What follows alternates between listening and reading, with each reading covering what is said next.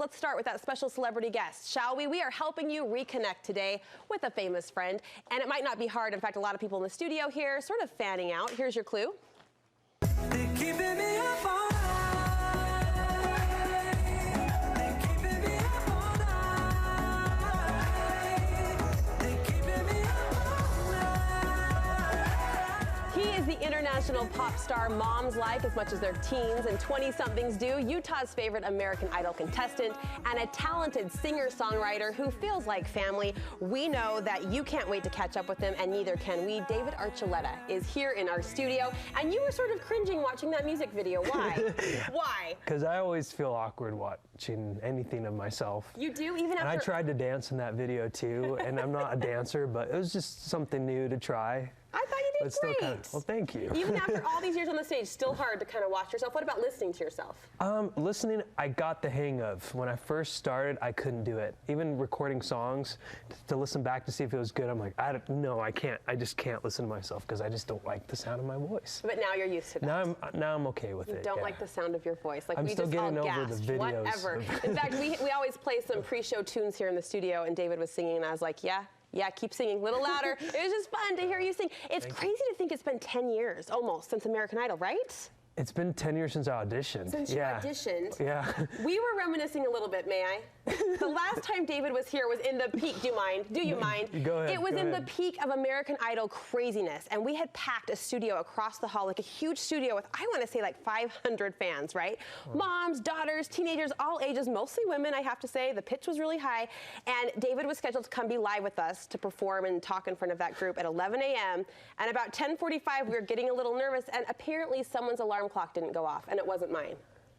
Do you remember that? Oh man, I must have been come in late the night before or something. I'm sure. Because I usually don't sleep in that late unless it was like a red-eye flight or something. Performance night or something. I'm so sorry that oh my gosh, no. waiting. What we were really worried about was not the live TV deadline, but how we were going to calm that crowd. Like, I was worried we were going to have an uprising, and his manager was smoothing his hair as he ran through the door, and you pulled it off, and it was great. But it's good to have you back. Good to have you back. Thank you. Catch on us time, up. too. On time, I can really. Hair smooth, on time, we're all good.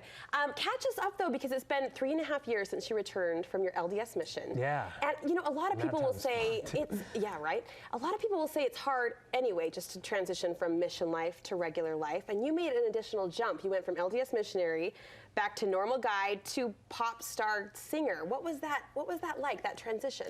It took me a while, in case people didn't notice. It's been 3.5 years, and I just released my first album a few weeks ago since I've gotten back. It took me that long to get back into the swing of things because I'm slow to make any decision and to make any transition. Just deciding where I was going to move, what I'm going to eat. Like, I'm known for taking forever to decide how to move forward, and it was the same with coming from a mission to the music because it's such a big change. I think a lot of people who've served missions know that you basically transform into something else while you're on your mission.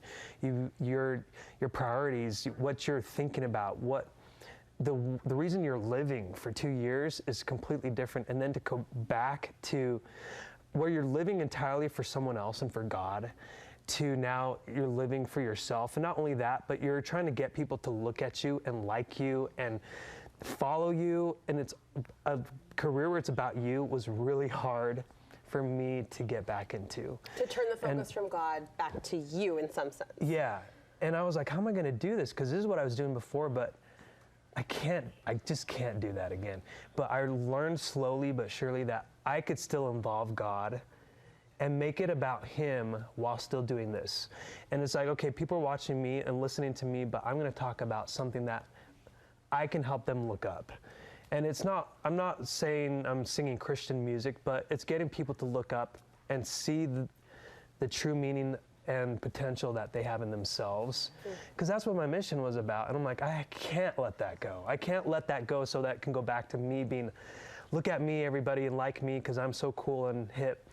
I needed to keep that element of my mission with me always. So essentially you've tapped into a deeper purpose and you're using your gift to serve and to entertain. Yeah. That's awesome. Yeah, thank you. That's awesome. That's awesome. You mentioned the new album. We want to talk about that. How is it different than the albums from past, Crush and others?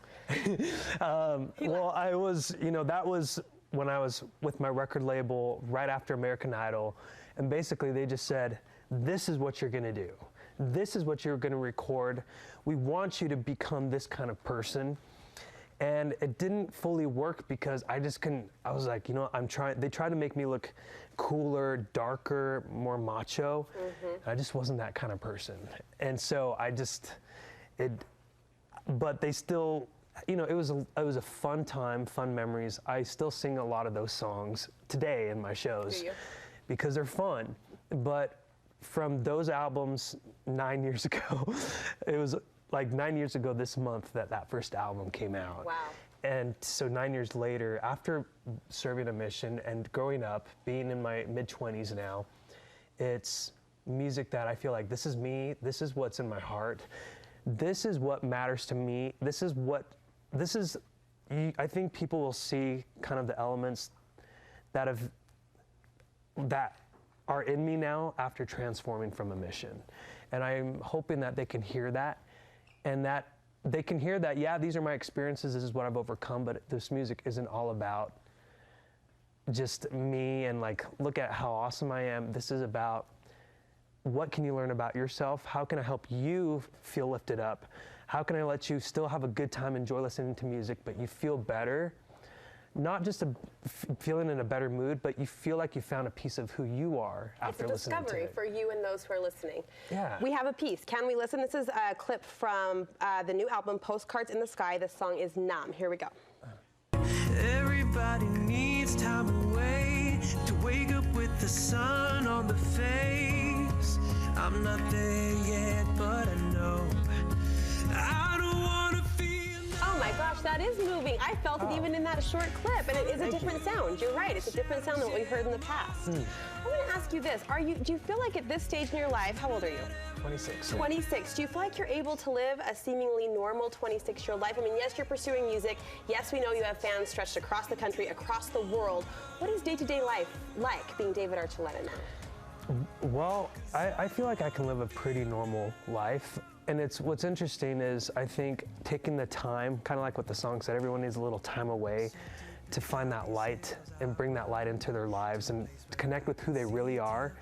Because I feel like if we don't stop, we're gonna keep listening to all the other voices around us and try to impress them and let them tell us who we are. And taking a little break and having a little time to yourself helps you say, this is who I am, that's right. Remind yourself who I am and what really matters to me. And anyway, that wasn't the question you asked, but. That was a great answer. I feel like because I was a teenager, 16, when this all kind of exploded, Yeah. I've started to learning what it's like to be a normal person. Taking that time, taking a break. This break was so helpful to me because it was like, this is what it's like to feel normal, to feel normal again. And now that I'm in my mid-20s, I'm figuring out what that's like, and it feels really good. I feel like I found a good network of friends who like me for who I am, Yeah. not just because I'm you a are. celebrity or whatever, and yeah. it feels good. It's been awesome to just cheer you on over the years. So congratulations on everything. There are so many great songs to listen to. Up All Night is a fun one. Thank you. Glorious, my very, very favorite of all Thanks. time. I listen to that on repeat on my You'll have to come to the show on I Monday. would love to. Speaking Yeah. of the show, it's coming to Salt Lake. You're touring right now. I mean, we're talking Lima, Peru. Yeah. You just got Yeah. back from A tour in the east of the U.S. and also the the Philippines. Philippines, but the Salt Lake show is coming up. When and Yeah. where can we see you? It's on Monday, the 20th of this month at Abravanel Hall. We are looking forward to that. If you want more information or if you want tickets, it's going to be a hot show. Go to davidarchuleta.com, and a lot of people looking forward to that performance at Abravanel. Hey, we played some games earlier on Facebook Live. People can dial those up on our Facebook page, but we thought we'd play one more game before we say goodbye. Is that okay? I love games. This so is yeah. called Musical Match. Okay, here's how it's going to work. Are you ready? Okay. We're gonna walk over. You're gonna hit the button.